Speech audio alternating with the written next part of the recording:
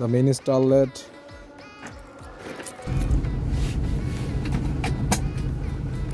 Hello everyone, কেমন আছেন সবাই? আশা করি সবাই অনেক ভালো আছেন। এখন আমরা স্টার্ট করলাম আমাদের জার্নি। আমরা এখন যাব রূপনগর আবাসিক। আজকে ঈদের দিন আমরা যাব ঘুরতে, ফ্রেন্ডদের সাথে একটু দেখা করব, দেন ওইখান থেকে আসলে দেখবো যে আমরা কোথায় যাওয়া যায়। So let's go, let's begin the journey.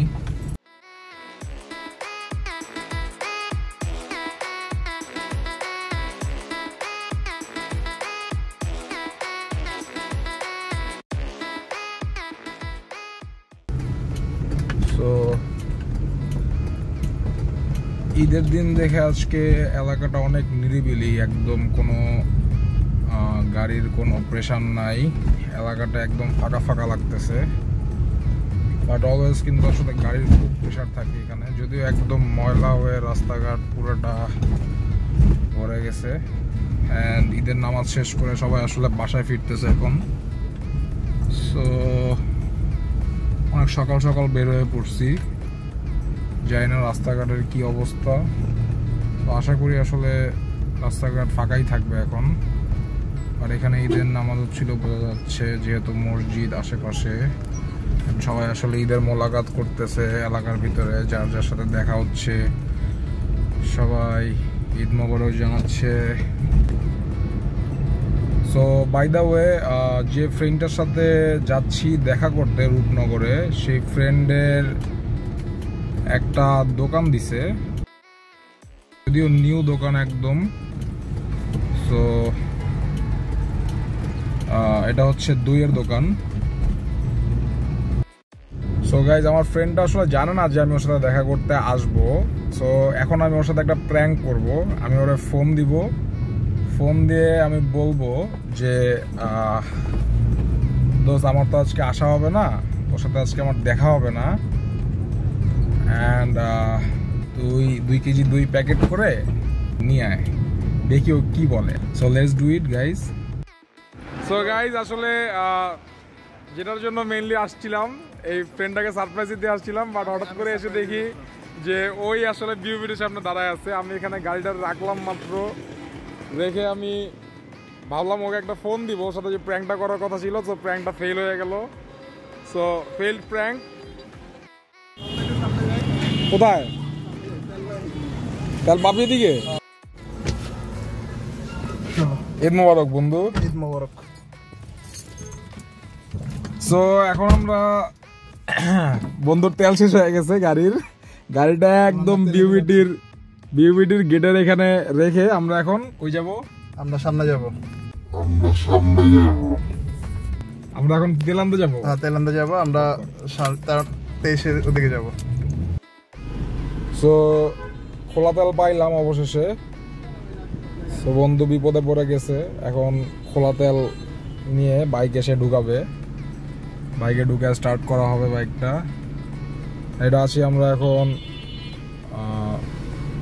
23 number Rupnagar 23 number road থেকে একটু সামনে গেছি, দুয়ারিপাড়ার দিকে আসছি। জামি পাওয়া গেছে? ওকে।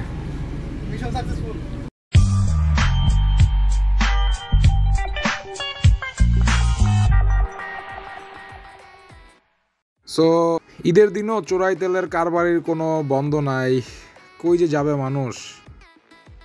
এখন হচ্ছে তেল শেষ, এখন যে নিয়ে আসলাম, এখন হচ্ছে ওই গাড়িতে ভরবো। চলো যাওয়া যাক। এই বড় ভাইয়ের বাইকে এখন 1 লিটার তেল ঢুকতেছে।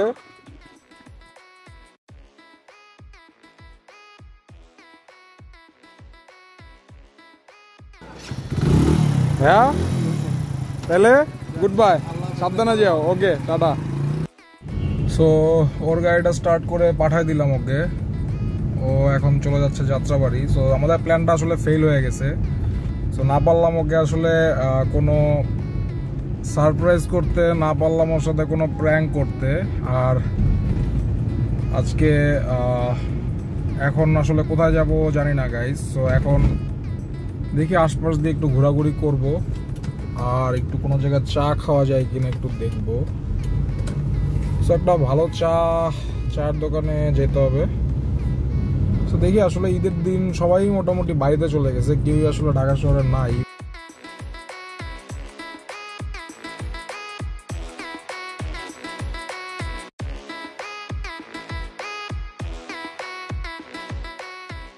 রাস্তাঘাটে নাই কোনো সার্জন, অ্যান্ড রাস্তাঘাটে সবাই যার যার ইচ্ছা মতনই চলতেছে।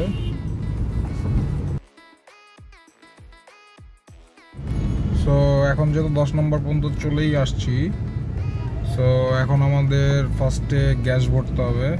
একটু গ্যাসটা একবার ফুল করে নেই, কারণ সারাদিনে আর কখন গ্যাস নেওয়ার টাইম পাবো সেটাও জানি না। সো দেখি আসলে এখন আজকে ঈদের দিন গ্যাস পাম্প খোলা আছে কিনা, এখন সেটাও আসলে একটু চিন্তার ব্যাপার। সো দেখে আসি আগে যে গ্যাস পাম্পটা খোলা আছে কিনা, অ্যান্ড মেবি খোলা আছে, ইয়েস।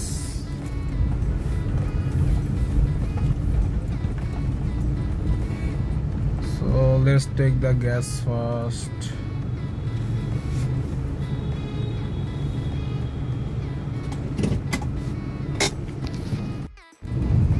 সো তেল নিয়ে বের হইলাম পাম্পের থেকে।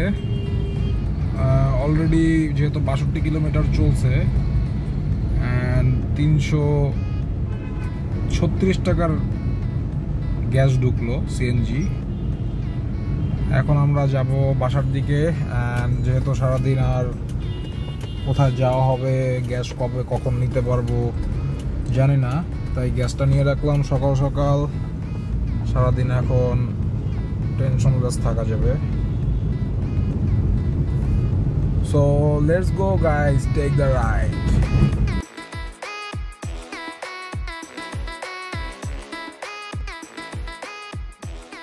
দেখছেন গাইস, মিরপুর 10 নাম্বার এই জায়গাটা এখন একদম চিনাই যাইতেছে না।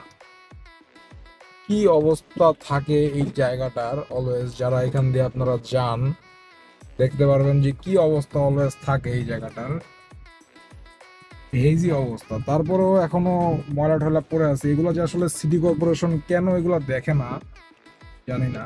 আর এই রাস্তাটাও এত সুন্দর একটা রাস্তা ছিল, বাট এই কয়েকদিন আগে কাজ করে এমন ভাবে নষ্ট করছে, এদের আসলে দেখার কেউ নাই। জানি না দেখার কেউ আছে কিনা। সিটি কর্পোরেশনও এদের বিরুদ্ধে কেন অ্যাকশন নেয় না আসলে জানি না, কারণ কত সুন্দর রাস্তাগুলা কাজের জন্য আসলে কিভাবে কাটছে, এবং কাটার পরে এই জিনিসগুলো তারা আর ঠিক করে যায় না। তাদের কিন্তু উচিত ছিল এই জিনিসগুলো কিন্তু আবার ঠিক করে রাখা। রাস্তাঘাট যেভাবে কাটবে, কাটার পরে কিন্তু এই আবার সুন্দর করে রিপেয়ার করার টাকাটাও কিন্তু তারা আসলে সরকারের থেকে নেয়, কিন্তু এইটা তারা ঠিক করে না, টাকাগুলো উঠে তারা খেয়ে ফেলে। তো মেইনলি ঈদের দিন সকালে বের হয়েছিলাম একটু চা খাওয়ার জন্য, কিন্তু হাঁটতে হাঁটতে ফলপট্টি চলে আসছি, কোনো জায়গায় একটা চায়ের দোকান খোলা পাইলাম না। এটা খুবই দুঃখজনক ব্যাপার হইলেও আসলে মেনে নিতে হবে, কারণ সবাই আসলে ঈদের ছুটিতে বাড়ি চলে গেছে। সো চা মনে হয় আজকে আর খাওয়া হবে না। তারপরেও দেখি হাঁটতে হাঁটতে কোনো দোকান আসলে খোলা পেয়ে যায় কিনা, একটু চা খাওয়াও দরকার।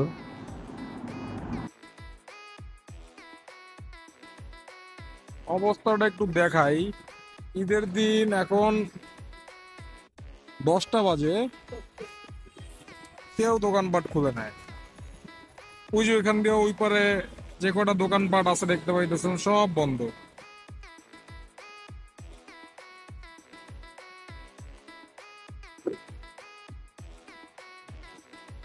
সব বন্ধ, কিছু করার নাই।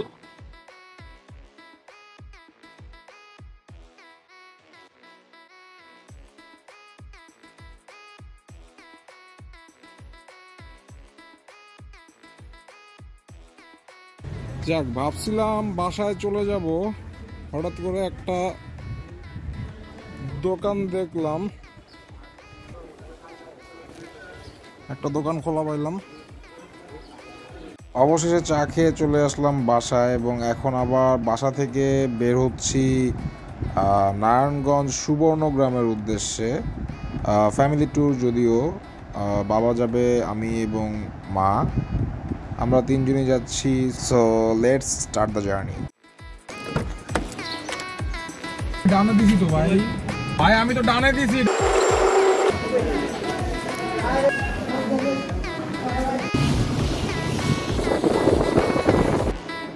একটা পপকর্ন $40।